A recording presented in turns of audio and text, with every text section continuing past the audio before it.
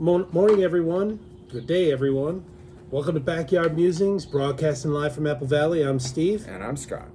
Today, we're going to be talking about Joe Biden and his student loan cancellation. Once again, he canceled $5.8 billion in student loan debt for 78,000 borrowers last year. This brings the total to $143.6 billion of canceled debt. And I want to remind you, the national debt has surpassed $34.5 trillion. Crazy. And was he not instructed by the Supreme Court of the United States that he didn't have the right to do this, right?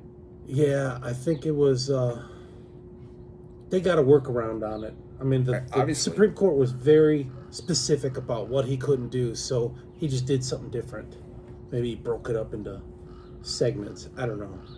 But that's wrong. It was originally he wanted to cancel $430 billion, and he's more than 25% of the way there. And he says he's not going to back down. Just read that this morning. Yeah, and again, we feel sorry for the people that have paid back their loans, right? What about those people? Or people who never went to college, didn't have it. Exactly. And now they're going to have to pay that. This is all that taxpayer money. Yeah. These repayments of loans were from taxpayer money that loaned it out. Okay. I pay my taxes. You pay your taxes? Yes. Yeah. I'd rather see it go to other stuff. I pay my fair share. So. Definitely. Starting next week, borrowers who receive this forgiveness will get an email from Biden congratulating them on their relief. The rest of us will share the burden by new creative taxes designed to part us from our hard-earned money.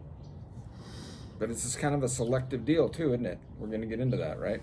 Yeah, it's like the public sector, like public defenders and teachers and stuff. Okay, here's a sick joke to this, and it's not funny at all. Several student loan borrowers received word that their debts would be wiped clean in the tens of thousands or even hundreds of thousands of dollars, only to find out they're still on the hook for payments. That's sick. Yeah, make sure you vote for Joe Biden coming November when you hear that news. So this is reported by Newsweek. Newsweek reports that a 46-year-old woman, they said her name, but I'm not saying it here, was told her nearly $200,000 in debt, I think it was $192,000, balance would be gone due to Biden's student debt forgiveness plan for public service workers. This person had paid her monthly payments since 2010 through the Public Service Loan Forgiveness Program. This person finally could save for retirement, make plans for her kids and their future schooling, send kids to summer camp, it's the American dream, study for the bar exam, buy a new car, right? Everything that we want to do. All these things that a person with no student loan debt does, right?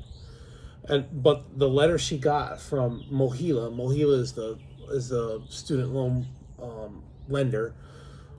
We recognize you currently participate in the PSLF program. However, you have not yet achieved the 120 qualifying payments. That's once per month, 12 years. However, that's a nice way of saying but. 120 qualifying payments required for this loan forgiveness. Mohila's letter said, as reported by Business Insider, your account has been corrected and updated as explained below. We sincerely apologize for any confusion these errors may have caused. You think we sincerely apologize? This is crazy. It is crazy. I think there's a couple of things here that we could talk about. And again, I'm not a college-educated guy, so I didn't spend a bunch of money on student loans or any of that stuff. And I appreciate people that did. They wanted to go to a good school. That's one of the topics I think we could talk about. And not that we're going to change anything, obviously, but the price of education is just pricing itself out of the market, right? Out. It was affordable when I went. Yeah. So and if you had and what you served in the military, right? Yeah. Were you able to get GI loans? Bill. Yeah. GI So Bill, and that was that was kind of a carrot, right? You joined the military. I joined specifically for the GI Bill. There you go. And to get out of Michigan. And that's cool, but it's not like you didn't give anything up for it. I mean, you served and you went where the military told you to go. You went and went. I swept motor pools. I did whatever clean you got toilets. Yeah, which is kind of what you do when you join the military. You go where they tell you to go. Every soldier does that. And so that's crazy in itself, the price of education. But but to be selective about this, I mean, again, it's great that the government is thinking about you but I mean, are they doing it for the right reasons? Are they doing it just to buy votes?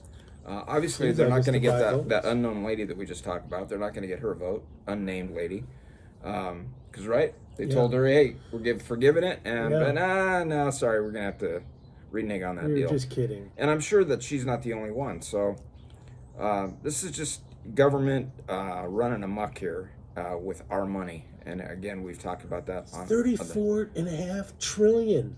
Why are we just fire sale giving it away?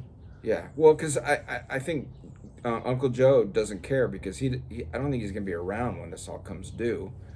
His the elites grandkids don't are. care. His grandkids are, and who knows? I mean, again, we could talk about that too with the money that he's been able to put together on a senator and a vice president's salary for the last 50 years. But anyway, it's just wrong. It's just government spending our money, and it's just not going to a good thing. I'd rather It hurts. We don't see the 34.5 trillion, but we hear reports of it. I mean, the interest to service that is almost 1 trillion a year. Almost.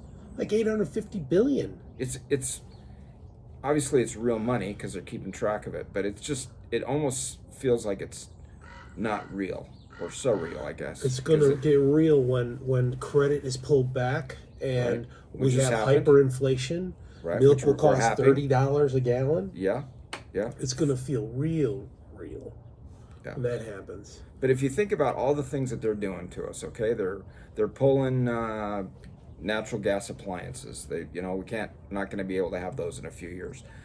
California and I'm sure other states will be doing this as well. No more. That's not in the petroleum. Constitution. It's not. It's not to pull your gas appliances. Right. Or whatever. tell you can't own a gas operated They're vehicle. taking our liberty and our freedom piece by piece. Piece by piece. Why? Yeah. So that they can control us. Yeah. And they do it a little bit at a time. And right now, they're doing a lot of it at a time. I mean, this is overwhelming. And again, it's all costing us.